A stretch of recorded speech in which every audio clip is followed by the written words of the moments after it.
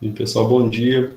Dando continuidade, então, que a gente estava vendo na outra aula, a gente começou a ver a árvore de Natal e as diferentes formas que elas podem adquirir a depender da necessidade. Né? Então, a gente viu que tem uma árvore de Natal adaptada para receber o bombeio centrífugo submerso, outra para receber o gás lift, outra para receber a árvore de Natal. Então, vai depender do método, né? Então, por exemplo, quando eu tenho normalmente um gas lift, né, você não precisa ali da árvore de Natal. Então, tem algumas necessidades. Vai depender muito da empresa, da cultura corporativa do país. Não tem como a gente cravar, né, uma única opção. Então, ela é bem relativo, esse uso da árvore de Natal. É claro que tem algumas premissas que são comuns, né? Mas a gente tem uma variabilidade considerável, né? Então, aqui estou mostrando justamente alguns suspensores de coluna, né? Tá vendo esse pescoço, esse neck aqui, né? Então, tá vendo? Olha, ele estendido aqui. E aqui essa parte de cima, não é? Que é justamente esse adaptador da cabeça de produção para a árvore de Natal. Tá vendo? Então, essa parte verde aqui, ela na realidade seria essa daqui, e essa parte aqui interna seria essa daqui. Então, essa daqui é uma cabeça de poço, né, adaptada para receber uma árvore de Natal seca, um poço surgente ou com gás lift, tá bom? Então, aqui, ó, coluna de produção, revestimento 9,5/8, a linha que vai ser descida a DHSV, né, que é a válvula de segurança de subsuperfície, e alguns outros pequenas partes. O interessante desses desenhos aqui é que eles são bem detalhistas, né? Eles mostram todas as partes aqui que tem, de fato. Aqui nós já temos uma adaptada para receber o ABCS, que é o bombeio centrífugo submerso. Então, repare que eu tenho aqui uma descida para o cabo elétrico, tá? Então, a gente vai ver isso no terceiro ano, com mais detalhes, em relação à bomba, né? A gente está vendo aqui agora em relação à completação, né? Ou seja, o conjunto de equipamentos necessários para receber essa bomba. Então, isso tem que estar incluído no projeto já, né? Possibilidades futuras de instalação de métodos de elevação artificial. Então, aqui você vê que ela é adaptada, você vê que a cabeça dela fica completamente diferente dessa outra aqui, né? Que era de poço surgente ou de gás lift contínuo. Aqui uma tubulação única descida, aqui você vê que ela tem duas partições, né? Então, a linha de controle, a linha de produção já é reduzida, o tubo de produção aqui de 3,5 polegadas, e aqui está sendo descido o cabo elétrico. Então, alguns adaptadores também têm entrada para DHSV. Aqui, tá vendo? Acesso à linha de controle da DHSV. Embora na bacia de Campos não se costume usar, tá? Porque pode ter o risco de queimar a bomba da partida se a DHSV estiver fechada. Então, imagina, como a gente tem troca de turno, troca de colaboradores, então é complicado. Se você der a partida no ABCS com a DHSB fechada, você pode perder a bomba, e você está perdendo aí milhares de dólares, né? Centenas de milhares de dólares, por conta de uma válvula que estava fechada. Então, hoje que você já tem todo um diagnóstico mais assertivo nos computadores, aqui estava no contexto mais de registro de ações feito no papel, né? Então, esses slides aqui na época, né, que isso daqui foi até na época que meu professor me mostrou isso, simplesmente não tinha, né, smartphone da forma como a gente tem hoje. Né, lá em 2007, mais ou menos, que eu tive acesso a esse conteúdo aí. Então, era uma coisa assim, muito planilha no Excel. Se for digitalizar, é planilha do Excel. Né? Então, o que era inviável, você até os notebooks na época também não eram tão portáteis e tão cômodos como os de hoje são, eles tinham algumas limitações. Então, hoje em dia, você consegue fazer um monitoramento totalmente digitalizado, está na era dos aplicativos. Então, esse monitoramento real time, aí, na hora mesmo, ao vivo, live, é muito mais facilitado, né? O que pode possibilitar o uso de uma DHSV. Aqui já é uma árvore de Natal adaptada para receber o bombeio mecânico por hastes, tá? Então, essa daqui eu não lembro se foi a foto que eu tirei, acho que não foi. Eu tenho até que colocar umas fotos pessoais aqui nessa apresentação, que eu tenho essas fotos desse equipamento também. Aqui já adaptado a receber o bombeio mecânico por haste, que é outro método, né, de elevação artificial. Aqui só dando o geral, né, como ele funciona, mas é aquela unidade de bombeio clássico instalada na superfície, é o método mais antigo, ele é conhecido também como cavalo de pau, porque lá no início ele era todo feito de madeira, mas o princípio era o mesmo, né? Basicamente ele funciona como uma seringa, né, feito seringa de succionar o fluido. É o mesmo princípio, por exemplo, de uma bomba d'água que algumas praias têm para que a gente possa tomar banho ali, ou até mesmo lavar o pé, né, tirar a areia. É o mesmo princípio. Ele é muito utilizado, não só no contexto de petróleo.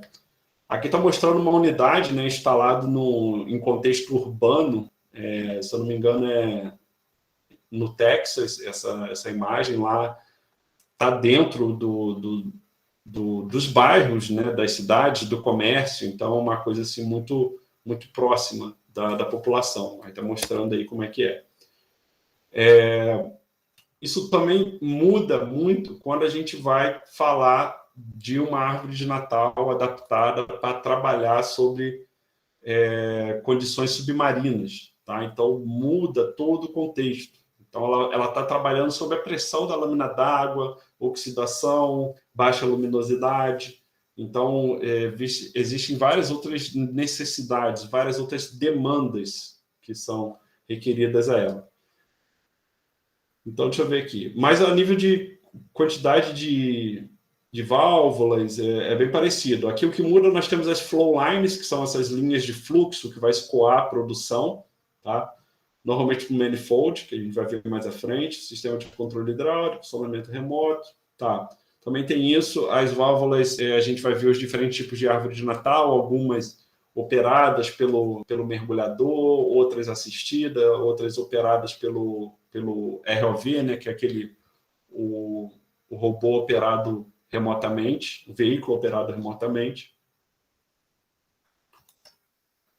E aqui um aspecto importante, né, são equipamentos caros e complexos, né, sendo normalmente disponíveis sob demanda. Simplesmente você não chega numa loja e fala, eu quero 10 árvores de Natal. Não, você tem que mandar fazer. Tá, você quer uma árvore de Natal para trabalhar em qual profundidade? Né? No caso aqui de uma árvore de Natal molhada. Qual é a pressão do poço? Qual é a temperatura do fluido? Qual o tipo de fluido? Né? Qual é a cabeça de produção, o diâmetro da cabeça de produção? Vai precisar de adaptador? Não vai precisar? Quantas flow lines você vai ter que sair? Então, é sob encomenda. Então, se é sob encomenda, vai levar meses para ela ficar pronta. Tá? Então, por isso que você tem que ter uma organização assim bem atípica. Tá bom? Então, aqui, essa parte aqui é importante. É justamente as siglas que são atribuídas às árvores de Natal. Então, nós temos a numeração 1, tá? Anotem isso daí. A numeração 1 diz respeito à coluna de produção. A numeração 2 diz respeito ao espaço anular, tá? Então, numeração 1, COP, coluna de produção, 2, espaço anular. Então, a M diz respeito ao master. Lembra que eu falei para vocês, a master ela vai ter aquela função de trabalhar totalmente aberta ou totalmente fechada. Ela é como se fosse o interruptor de luz aí do quarto de vocês. Então, imagina, ou ele está aceso ou está apagado, né, a luz. Algumas têm aquele controle de intensidade, mas a master não é para isso. A master é para trabalhar a M1 com a coluna de produção totalmente aberta ou totalmente fechada. E a M2 com o anular totalmente aberto ou totalmente fechado. Esse ajuste um pouco mais refinado diz respeito às válvulas, às válvulas laterais, que aqui são chamadas de wing, tá? Que é W. Tá? Então, wing 1, se a M1 está aberta, tá? Ela permite o fluxo da coluna de produção que vai passar pela wing 1, que é a lateral. Tá? Então, ali eu vou ter um ajuste mais refinado, controle mais detalhado da vazão. E a Wing 2, eu vou ter a saída lateral, o ajuste mais refinado do fluido que está entrando aqui pelo espaço anular, tá bom? A válvula S é a válvula suave, é a válvula de intervenção, a válvula de pistoneio. Quando eu quero descer algum equipamento na coluna de produção, eu vou abrir a válvula S1, a válvula suave 1. Tá? Se eu quero descer algum equipamento de intervenção, de manutenção no espaço anular, eu vou ter acesso pela válvula S2, a válvula suave 2. Tá bom? E, por último, nós temos aqui a válvula crossover. A crossover é uma válvula de interligação da coluna de produção com o espaço anular. Tá? Então, se eu quero injetar um fluido aqui, né, que ele desça tanto pelo espaço anular, tanto quanto pela coluna de produção, por exemplo, eu quero fazer um abandono temporário do meu poço, e eu vou descer um fluido de completação e eu quero preencher os dois espaços, tanto o espaço anular, tanto quanto a coluna de produção. Então, eu tenho que abrir a válvula crossover, fechar as válvulas suaves, deixar as válvulas wings abertas, né? Ou ali, no caso, eu posso fechar o wing 1, ela vai descer pela master 1. Tá? Então, essa ideia de disposição das válvulas é importante para a gente entender o princípio de funcionamento básico de uma árvore de Natal. Então, como vocês viram aí, no mínimo, 7 válvulas, tá? São as masters, wings, suaves e a válvula crossover, tá bom? Então, aqui é basicamente todo esse texto, né, explicando isso tudo que eu falei, para depois vocês usarem como consulta. Então, aqui está um desenho um pouco mais amplificado, né, para a gente entender um pouco melhor. Então, olha, as linhas de fluxo, né? Então, eu tenho uma linha de fluxo aqui conectada de 2 polegadas para dar acesso ao espaço anular. Tá? Então, se eu quero injetar o fluido, eu tenho que abrir a Wing 2, a W2, fechar a crossover, fechar a suave. Tá? Então, vamos criar alguns contextos aqui para que a gente possa entender. Então, vamos supor que eu quero injetar gás pelo espaço anular. Tá? Então, se eu quero injetar gás por aqui, eu tenho que estar com a Wing aberta, tá? A Wing 2 aberta e a Master 2 aberta. E eu tenho que estar com a Suave 2 fechada e a Crossover fechada. Com isso, eu estou injetando gás no meu espaço anular. Se eu quero produzir, tá? Então, se eu espero que esse poço me dê produção, tem que estar com a Suave fechada, com a Master aberta, Master 1 aberta e o Wing 1 aberta. Tá? Então, esse daqui é um caso de injeção de gás onde eu espero ter uma produção. Tá? Válvulas suaves fechadas, válvula crossover fechada, válvulas master e wing aberta. Tá? Normalmente, nós temos essa configuração no dia a dia aí. Tá? Agora, se eu quero fazer uma intervenção, por exemplo, quero fazer uma intervenção na coluna de produção. Então, é interessante, aí vai depender da condição do poço. Né? Se o poço ali tiver, se tiver necessidade de estar esvaziado, né, o poço, aí tudo bem. Mas, por exemplo, vamos supor que ele já está vazio, tá? Então eu não quero produção aqui, e eu não quero qualquer tipo de retorno para o espaço anular. Então fica tudo fechado aqui, a suave aberta e a master 1 aberta. Tá? Então, eu desço aqui uma perfilagem, por exemplo. Tá? Então, aí eu não corro o risco de ter influxo do espaço anular, tá? E nem produção da coluna de produção. Eu só vou garantir ali acesso à intervenção do poço, SUAB 1 e M1. E a mesma coisa caso eu queira fazer uma intervenção no espaço anular. Tá? Então, eu deixo a SUAB 2 aberta, a M2 aberta e fecho todas as outras. Tá? Com isso, eu fico com todo o espaço vedado, tá? Sem correr risco de influxo da coluna de produção, ou um influxo aqui indesejado também, até mesmo do espaço anular. Então, vou e desço minha ferramenta aqui. Para descer, eu preciso da S2 aberta e da M2 aberta. Tá?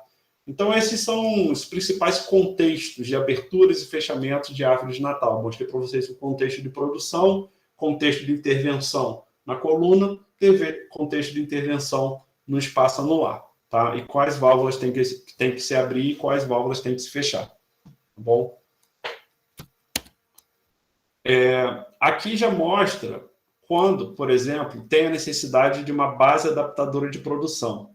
Normalmente, a necessidade dessa base adaptadora de produção é quando não é de interesse ou eu não tenho uma cabeça do poço que consiga receber a árvore de Natal.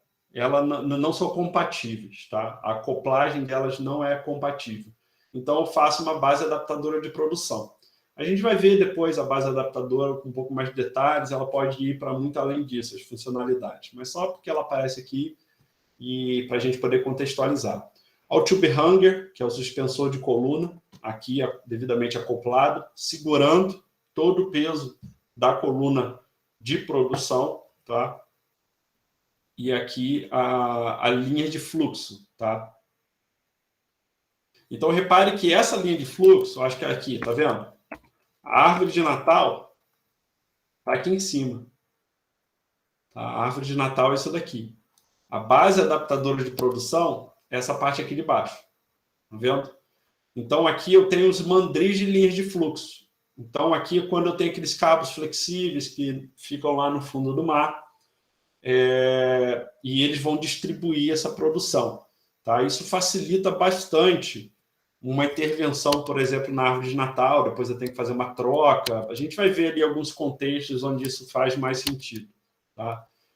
Então, olha, a BAP, né, a base adaptadora de produção, é usada em postos de desenvolvimento. Sua função é ser interface entre o poço e as flow lines, as linhas de produção. Né? Só para vocês entenderem, quando a gente coloca isso no fundo do mar, como eu falei para vocês, a gente tem plataformas aí que tem 20, 25 postos conectados a uma plataforma. Então, não vale a pena subir com 25 linhas de fluxo, né? Ou flow lines, aí, como é mais comumente chamado. Então, mais vale a gente pegar essa linha de fluxo, jogar para o manifold. Então, esse manifold ele vai receber várias produções de várias árvores de Natal e depois só vai subir uma linha de produção para a superfície. Para não ter, por exemplo, aí 25 linhas de produção subindo, eu posso ter uma subindo para a produção e outra descendo para a injeção. Tá? Então, com isso, eu consigo simplificar. É lógico que normalmente não fica só essas duas, mas só para mostrar para vocês o que poderia ser feito a nível de simplificação de linhas que sobem para a plataforma e as linhas que ficam lá embaixo. A base adaptadora de produção é uma ferramenta que justamente otimiza esse processo lá no fundo do mar. Está cada vez mais forte essa tendência dos equipamentos saírem da plataforma e ficarem no fundo do mar. Tá? Até por praticidade, por segurança, por economicidade, né? Fica mais barato. Cada vez mais está se obtendo avanços nesse sentido, tá? Por vários aspectos, até tem uma questão política, né? A imagem de uma plataforma ali está cada vez mais sendo negativada, né? Aquela imagem. Então, a tendência é que isso tudo suma da superfície e fique em subsuperfície. Tá? Então, aqui uma foto real de uma base adaptadora de produção. Então, imagina, essa parte de baixo aqui vai conectar a cabeça do poço e essa parte de cima vai receber a árvore de Natal. Tá? Repare que aqui eu tenho anodos de sacrifício. Tá? Então, esses anodos de sacrifício, eles atraem para ele todo o teor corrosivo e eles vão corroer e a base adaptadora de produção em árvore de Natal não. Tá? Aqui nós temos algumas linhas de fluxo sendo destacadas, né? Então, aquela produção ela pode ser escoada por aqui. Repare que eu tenho aqui algumas linhas de fluxo. Então, eu posso ter linha de fluxo para produção, para injeção, para descida aí de umbilicais, para acionamento de bombeiro centrífugo submerso, outros para acionamento da DHSV. Enfim, vai depender da complexidade da árvore de Natal e do conjunto de opções que ela oferece. Umbilicais são isso daqui. São, na verdade, cabos descidos, que eles são revestidos de várias formas para descer cabos elétricos, tá vendo? Então, mas eles têm que suportar flexões devido às mudanças de marés, temperatura, pressão. Eles têm que isolar eletricamente, têm que isolar termicamente. Eles têm que aguentar compressão, tração. Então, por isso que eles são tão complexos, como vocês podem ver aí.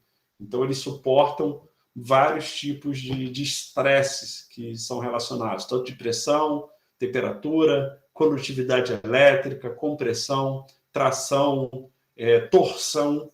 Então, são vários efeitos a qual eles são submetidos, por isso eles têm essas aparências aí. Tá? Pode falar, Eric. Quando você tem várias colunas de produção conectadas naquela base adaptadora, cada uma delas consegue passar a produção completa dela pro tubo que vai seguir, ou essa produção diminui um pouco de cada uma delas, mas aumenta no total ali? Vamos lá, coluna de produção é isso daqui, não é? Então, normalmente, o máximo que eu já vi são 3, tá? Uma é o ideal, porque menos é mais e reduz a complexidade operacional. A chance de você ter problema é menor quando você só tem uma. Aqui, no caso, são 2 para o espaço anular. 3 já dificulta, mas aqui no caso, tá vendo? Eu tenho 2 saídas. Essas linhas aqui, olha, tá vendo? Normalmente, imagina, uma para a coluna de produção, outra para o espaço anular, outra para a bomba que está sendo instalada. Então, 3. Tá? Normalmente não tem muito mais do que isso. Tá? Eu não sei se eu respondi a sua pergunta. Mas só que tipo, não é infinita a quantidade de colunas de produção que eu posso botar ali. Tá, mas a pressão não aumenta não, né? Como assim a pressão? Em que contexto? Porque assim, vão ter várias colunas jogando o óleo delas naquela base adaptadora ali. Vamos supor, 2. Sim. A pressão ali não vai aumentar, não? Aumenta, mas ela é projetada para suportar. O que você não pode por exemplo, você na completação, lá naquele teste na TFR, lembra que a gente fez uma TFR lá, com aquele gráfico lá atrás? A gente já fez justamente o diagnóstico de pressão do poço. Vou voltar aqui. Já foi feito justamente um diagnóstico de pressão do poço, onde você já tem uma noção da pressão de trabalho, tá? Então você não vai chegar com uma árvore de Natal ali, eu vou ver aqui, tá vendo aqui? Então isso daqui já é um diagnóstico de pressão, tá? Então você já tem que ter uma árvore de Natal coerente com aquelas pressões ali, tá? Então isso já é devidamente dimensionado, mas sim, a pressão vai aumentar. Se você não dimensionar corretamente, ela pode estourar e você tem um blowout.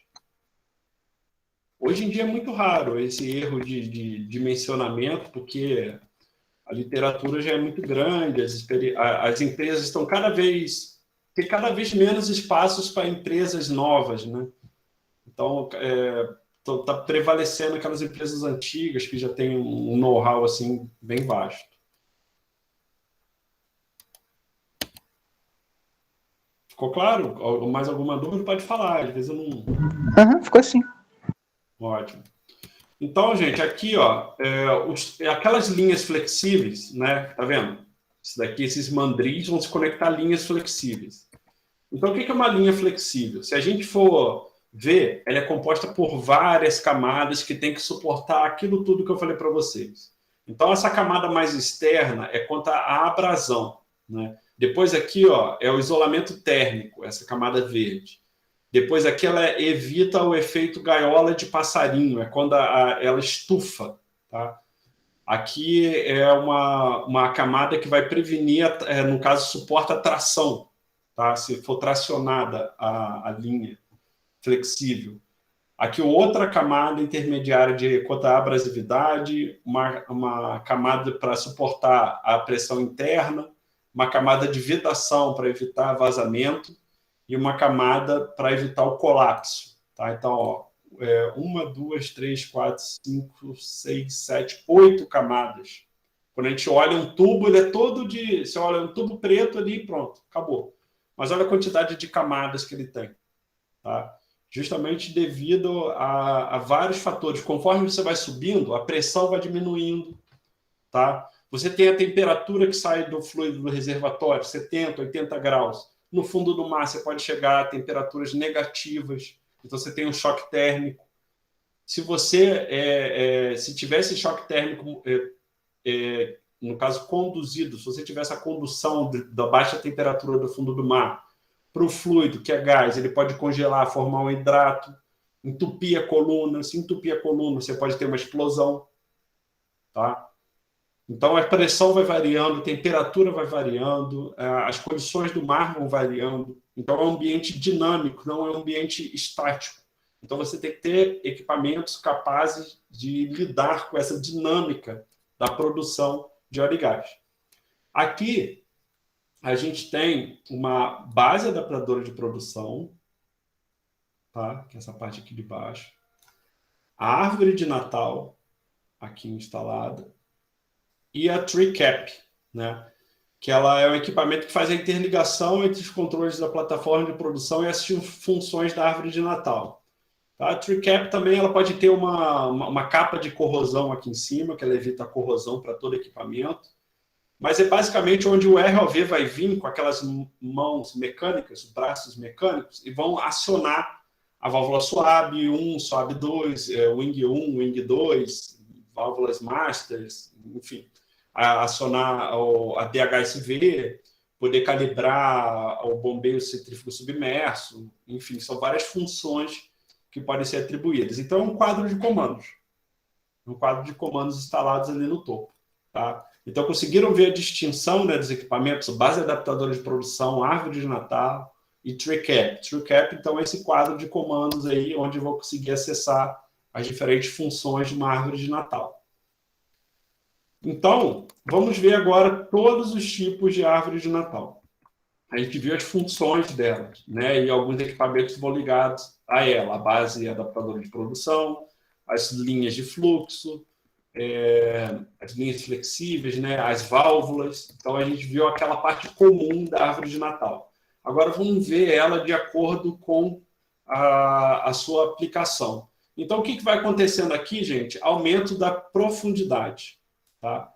Então, a altura, né, a profundidade aqui vai aumentando. Então, aqui são lâminas mais rasas e aqui lâminas mais profundas. Tá? Então, essa nomenclatura vai mudando de acordo com o aumento da profundidade. Então, essas daqui, que são operadas por mergulhador, né, diver, mergulhador. Então, ela é utilizada até 2 metros de profundidade. Então, eu preciso da descida do mergulhador para que ele possa operar esse tipo de árvore de Natal. Ela já está em desuso, tá? Por conta principalmente aqui no Brasil, cada vez mais a Petrobras, aí, que é a líder do mercado, acho que tem mais de 70% aí dos campos em operação no país, pertence à Petrobras. E a Petrobras cada vez mais, né, nesse atual plano de desinvestimento, saindo desses campos rasos e indo para os mega campos produtores do pré-sal, que são esses campos mais profundos, que produzem muito mais. Né? Então, ela está saindo desses campos mais antigos, já depletado, e estão vendendo ele para empresas privadas. Então, a desvantagem dela é a necessidade de mergulhador para fazer a instalação. Então, isso é muito perigoso. Né? Aqui nós já temos a árvore de Natal assistida pelo mergulhador. Tá? Então, ela é utilizada até 300 metros. Não existe válvula de acionamento manual, tá? Por mergulhador. Ela faz uso de cabo-guia. Então, os cabos-guia são representados por aqui, ó, tá vendo? Então, eu tenho um cabo que ele está ancorado, por exemplo, lá na base adaptadora de produção, e ele vai até a plataforma, e eu desço a árvore de Natal escorregando por esse cabo-guia, tá? Escorregando por esse suporte aqui, tá? Justamente para orientar a descida e o acoplamento da árvore de Natal. Então, dispensa os mergulhadores para a instalação, mas é necessário o uso de mergulhadores para fazer a conexão, desconexão das linhas de controle. Tá? Então, as linhas de controle que são feitas utilizando o mergulhador. Mas a válvula de acionamento e a instalação do equipamento, propriamente dito, não precisa do mergulhador. Mas a conexão das linhas precisa do mergulhador. É mais cara e complexa do que aquela que é totalmente operada pelo mergulhador. Já essa daqui eu não tenho mergulhador, né? Porque aqui já estou a 400 metros de profundidade. Ela é operada sem o uso do mergulhador, faz uso do cabo-guia, como vocês podem ver aqui. São feitos através de ferramentas, conectores hidráulicos, inclusive linha de fluxo e controle. Tá? Então, o mergulhador não aparece mais aqui. Eu já preciso já descidas de linhas de fluxo para poder abrir e fechar ela. Histórico de muitos problemas aqui no pooling. Pooling é uma forma de conexão das linhas.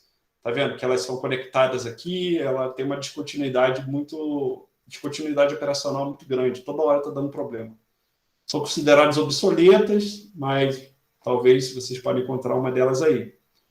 E, na verdade, ela foi muito importante, porque ela deu tanto problema que eu falo, opa, ela, na prática, ela não é tão permanente, toda hora tem que dar manutenção. E ela deu origem, né, a essa nova família de árvores de Natal, que são essas daqui que são mais utilizadas. Tá?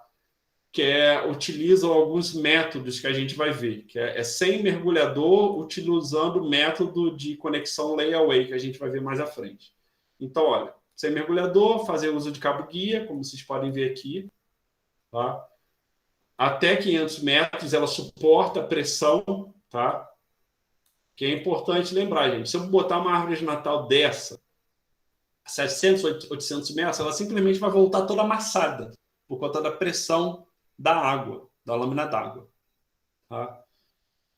Então, a descida das linhas demanda barco de lançamento de linha, que é o que a gente chama de método layaway. Então, você tem que ver essa disponibilidade de contratação de uma empresa de barco lançador de linha. Você tem empresas específicas para fazerem essas conexões de linha. Tá? E permite acionamento de válvula com RLV. Aqui já era do RLV, que tem aí cerca de 20 anos, né, que eles assim, ficaram bem comumente utilizados, que são aqueles robôs submarinos, né, que descem. Então, aqui que são acoplados esses braços, né? Então, tá vendo esse método, essa árvore aqui, ela não utilizava o RLV. Então, era conectado aqui, dava muito problema. Então, aqui, você já teve uma árvore de Natal adaptada para receber e ser gerenciada por esses robôs, tá? Então, esse daqui é o método do lançador de linha. Então, repare, eu tenho que ter a empresa que está fazendo a completação, tá? Então, essa empresa que está fazendo a completação pode ser a empresa A. A empresa que você encomendou a árvore de Natal é a empresa B. E a empresa que está lançando a linha de conexão é a empresa C. Tá? Sendo que a empresa que contratou todas essas outras pode ser, por exemplo, a Petrobras. Tá? Então, a Petrobras pode contratar, por exemplo, a Schlumberger, tá? Que vai contratar a FMC para aqui, que vai contratar uma outra empresa. Tá? Então, é sempre muito terceirizado os serviços. E você conseguir ajustar o calendário de todo mundo é muito complicado, porque essas empresas são globais, elas atendem o mundo todo. E elas têm um limite. Tá? Elas têm um limite. Então, igual, por exemplo, o atual preço do barril de petróleo, ele está viabilizando muitos projetos. Ao viabilizar muitos projetos, as empresas, né, elas passam a procurar mais prestadores de serviço. Só que esses prestadores de serviço estavam ali no cenário pré-pandêmico, eles estavam justamente em crise, ou seja, estavam demitindo. Aí, durante a pandemia, você teve um aumento da demanda, e, aí a empresa teve que voltar a contratar, ou seja, tem muita demanda de serviço para pouco prestador de serviço no mercado. Por isso que um dos fatores que eleva a subida do preço dos combustíveis. Não é? Então, é por isso que a gente está nesse cenário inflacionário aí, que a tendência é só continuar. Não é? Então, para vocês terem noção, a previsão de 2021 da inflação no Brasil, no início do ano, era de 3%. A gente está fechando aí a mais de 10% ao ano. A previsão de inflação do ano que vem é de 5%. É de 5% a mais do que os preços atualmente estão. A previsão do governo. Lembrando que a previsão do governo esse ano foi de 3%. Né? Então, imagine, ano que vem, a nível de preços, de inflação, a tendência é só piorar. Não só para o Brasil, para o mundo todo, né? Isso também muito inflacionado pela demanda de energia que está sendo necessário, né? O que está acontecendo no mundo por exemplo, lá nos Estados Unidos, várias empresas de petróleo não estão conseguindo financiamento do banco para financiar os projetos. Em alguns estados não estão sendo concedidas licenças para novos reservatórios de petróleo, só para antigos, tá? Só que a transição energética, né, ela precisa de petróleo, né? Então, para a gente sair da dependência do petróleo, a gente vai precisar produzir mais petróleo para servir de combustível para gerar as fontes renováveis, não é? Só que simplesmente está num gargalo, porque aí você bota aí Alemanha, talvez aí em Inglaterra, França, Estados Unidos, Canadá, eles estão simplesmente encurralando as empresas de petróleo e a demanda do mundo só está subindo.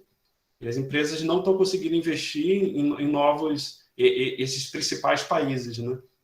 Aonde está conseguindo investir lá no OPEP, Irã, Iraque, Arábia Saudita, Emirados Árabes Unidos, lá eles estão produzindo, mas eles simplesmente não vão aumentar a necessidade a produção, né? Então, só está aumentando o preço do petróleo, só vai aumentar, né? 2022, 2023, a perspectiva é só de aumento, né? De piora aí dos preços e tudo mais.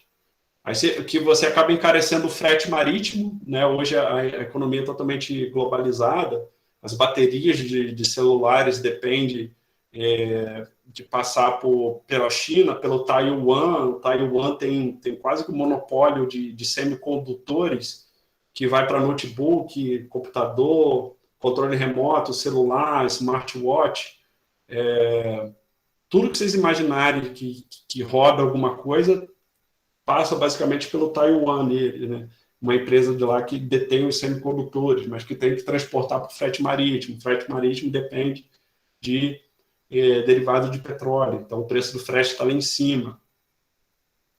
Então, é mais ou menos por aí. Então, só para vocês entenderem também, até a demanda por árvores de Natal também está aumentando, né? Porque alguns países periféricos à tomada de decisão política econômica global, né, como o Brasil, aqui a gente está conseguindo avançar em exploração de novas jazidas. Só que o Brasil nunca foi, né, tomador de decisão de política econômica global, né? Ele sempre esteve na periferia, à margem. Ele só observa o pessoal tomar as decisões, os países, o G7 ali principalmente, e arca com as consequências disso, né? Então, é por isso que a gente fica tão vulnerável, né? Economicamente, politicamente, historicamente, a gente, não só nesses últimos anos, né? As últimas décadas, né? Isso justifica muita coisa. Aqui nós já temos aquele método layaway que eu falei para vocês. Aqui nós temos o outro método de árvore de Natal, que é o último, que é a árvore de Natal molhada, sem mergulhador, diverless, e o guidelineless, então sem cabo-guia também. Então ela é operada sem mergulhador, não utiliza cabo-guia, todas as orientações são feitas através de grandes funis, tá? Sistema com rasgos e chavetas, utilizados em profundidades acima de 500 metros. Então, hoje em dia, essa daqui predomina, tá? Então você vê que ela já está aqui com a árvore de Natal, com a base adaptadora de produção, já tem todo um painel aqui, a tree cap já acoplada aqui, enfim. Demanda o uso de BAP, o método de conexão pode ser o layaway, conexão vertical direta ou indireta, que a gente vai ver aqui agora. Então, só para vocês verem aqui quantos metros ela pode alcançar, né? Ela pode alcançar a altura de um prédio de 3 andares, né? Todo esse conjunto da cabeça do poço. Então, só para vocês verem aí o tamanho que ela pode ocupar. Então, o método layaway é aquele que a gente precisa do ajuste perfeito do cronograma da sonda e do barco lançador de linha, tá? ela demanda a árvore de Natal, então a árvore de Natal, a base adaptadora de produção, né, a árvore de Natal vai descer junto com uma linha conectada aqui, e ela vai lá, esse barco vai conectar depois ou no manifold, que fica aqui no fundo do mar, ou direto numa plataforma no navio FPSO. Tá? Então essas são as duas opções de conexão que esse barco lançador de linha vai ter.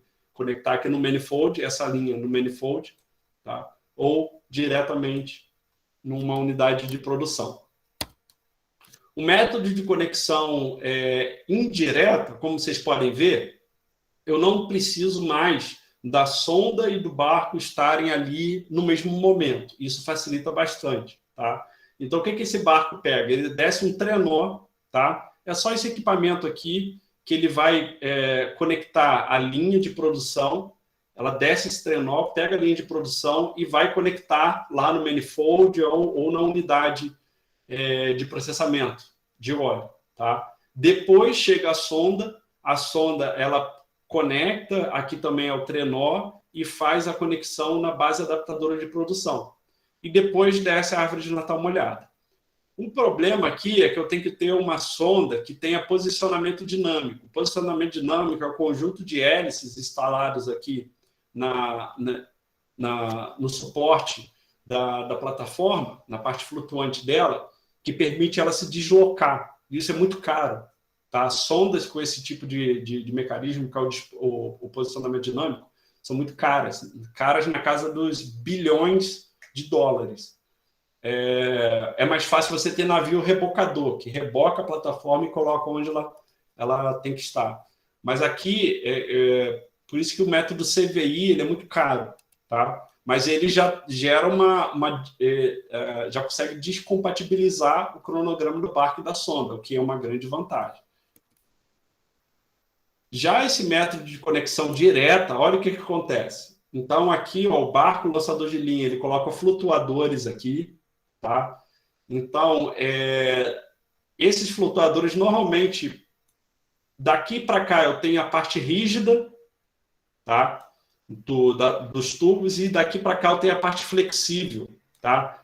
Parte flexível é cara, tá? Então, essa parte aqui, que é cara, ela acaba sendo reduzida por conta dos flutuadores, tá? E esses flutuadores aqui é a parte rígida, que aqui é mais barata, tá? Então, isso facilita alguns aspectos. Então, o barco ele conecta direto na base adaptadora de produção e depois vem a árvore de Natal e conecta... depois vem a sonda e conecta a árvore de Natal na BAP. Então, eu não preciso de uma sonda com posicionamento dinâmico. Logo, pode ser uma sonda mais barata, tá? Bem mais barata. Então, eu consigo economizar aqui algumas centenas de milhares de dólares com essa operação. Então, o método CVD, ele é o que apresenta mais vantagens, mas não é sempre que eu consigo utilizar ele. Tá? Então, a árvore de Natal molhada, sem mergulhador, sem cabo-guia, utilizando o método de conexão CVD, é o melhor, é o mais prático, é o mais barato. Tá? Mas nem sempre eu vou ter essa disponibilidade no mercado de utilização desse método. Tá? Aqui está mostrando uma árvore de Natal molhada horizontal. Ela não é muito utilizada. Tá? Como vocês podem ver aqui, a maior parte das válvulas elas ficam horizontalizadas. Tá? Ela foi idealizada para a Petrobras para se utilizar bombeio centrífugo submerso submarino. Então, ela tem uma atuação bem específica, tá? Ela permite intervenções no poço com a retirada da COP, porém sem a retirada da árvore de Natal. Então, eu consigo fazer uma intervenção no poço aqui sem tirar a árvore de Natal. Os outros tipos, se eu quero acessar o meu poço, às vezes eu tenho que tirar a árvore de Natal. Então, enfim, é uma aplicação muito específica. É uma utilização nacional, mas é uma boa solução. Tá? Deixa eu ver que horas são 10. Tá? Então, só deixa eu ver aqui até onde eu vou. Eu posso ir até o posicionamento dinâmico. Tá? Então, o workover a gente já falou, que são tipos de intervenções ou manutenção preventiva que eu posso fazer ao longo da vida operacional do poço, produtor ou injetor. Tá? Então, eu posso fazer uma restauração, né, quando operações com workover que visam restabelecer as condições normais de fluxo no reservatório, ou para o poço de produção ou o poço injetor. Inclui também operações que visam corrigir falhas mecânicas no revestimento, má cimentação, isso a gente já viu. Tá? Então, as intervenções de restauração mais utilizadas, né? Correção de elevada produção de água. Então, alto teor BSW, eu posso isolar, cimentar alguma zona que foi canhoneada, por exemplo. Infiltração de gás na zona produtora, eu posso cimentar também alguns trechos. Correção da contenção de areia, posso descer um gravel pack, que é um equipamento que a gente vai ver mais à frente. Recanhonear alguns trechos, fazer um tratamento químico, coisas do tipo. Então, uma restauração passo a passo vai ser o quê? Movimentação da unidade de intervenção, amortecimento do poço, preencher o fluido, o espaço anular e a coluna de produção, retirada do material da árvore de Natal molhada, por exemplo. É numa dessas que foi desenvolvida aquela árvore de Natal molhada horizontal, quando se tem BSS, que você não precisa retirar ela. Você tem que descer o BOP de novo, tá?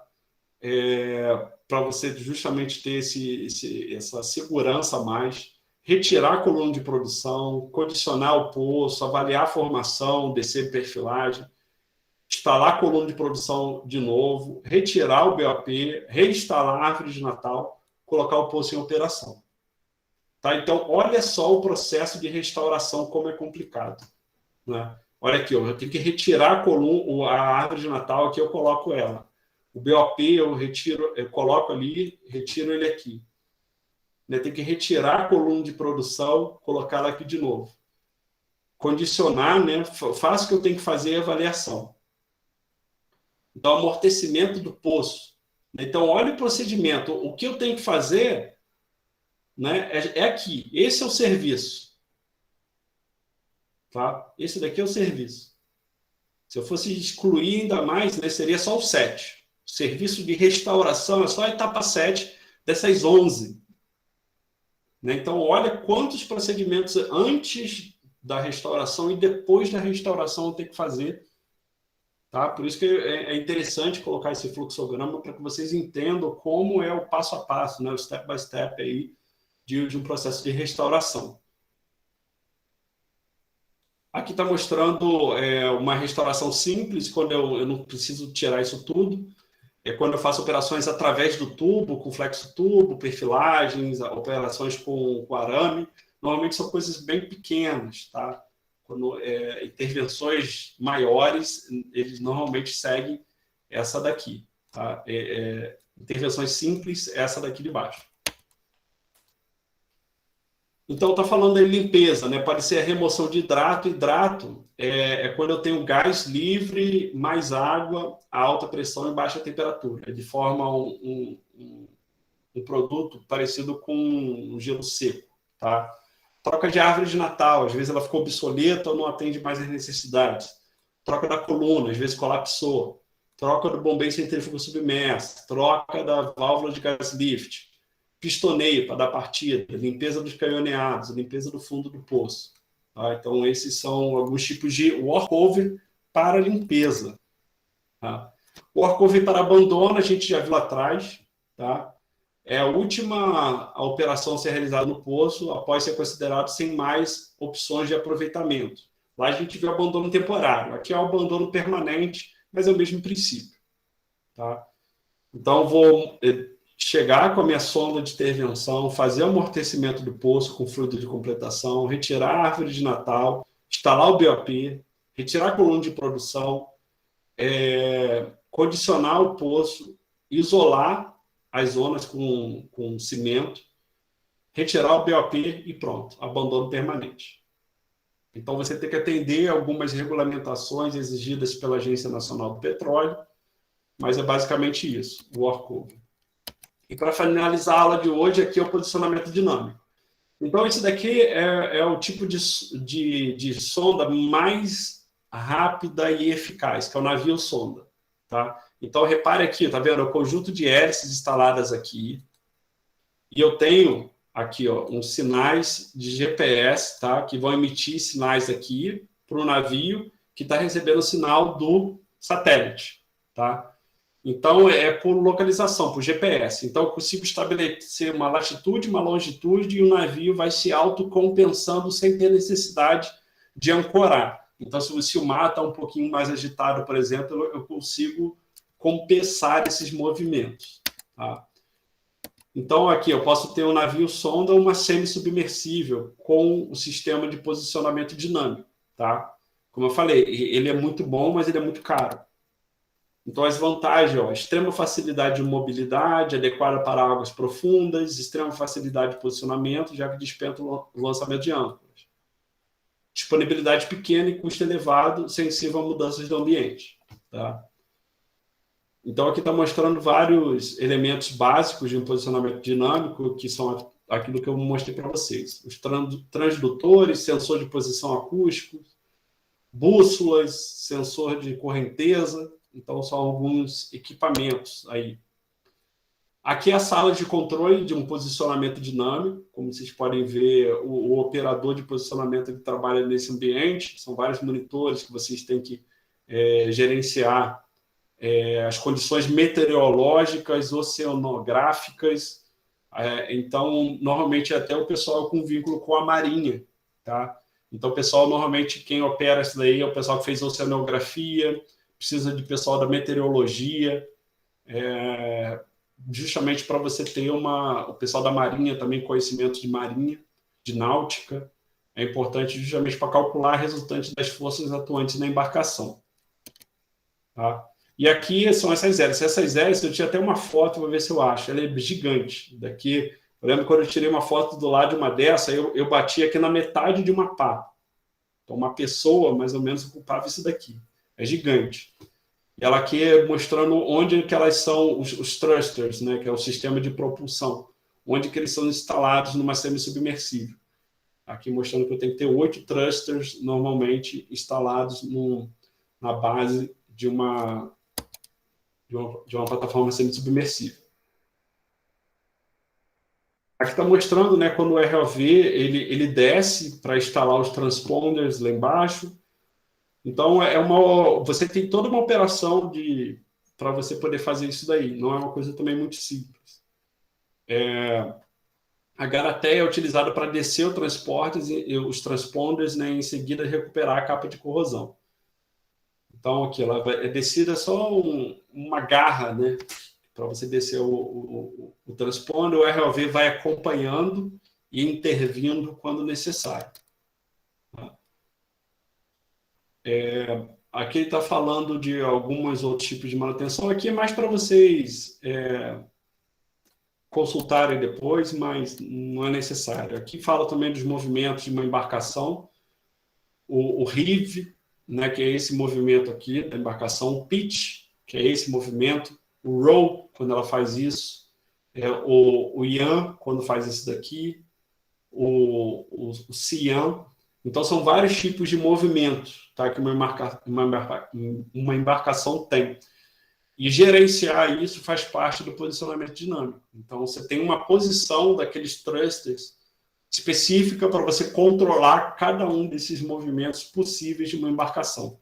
Então, conhecer os movimentos da embarcação também é de suma importância para uma melhor implementação do sistema de posicionamento dinâmico, tá? Então, na próxima aula, eu vou falar sobre o compensador de movimento vertical. Tá bom, pessoal?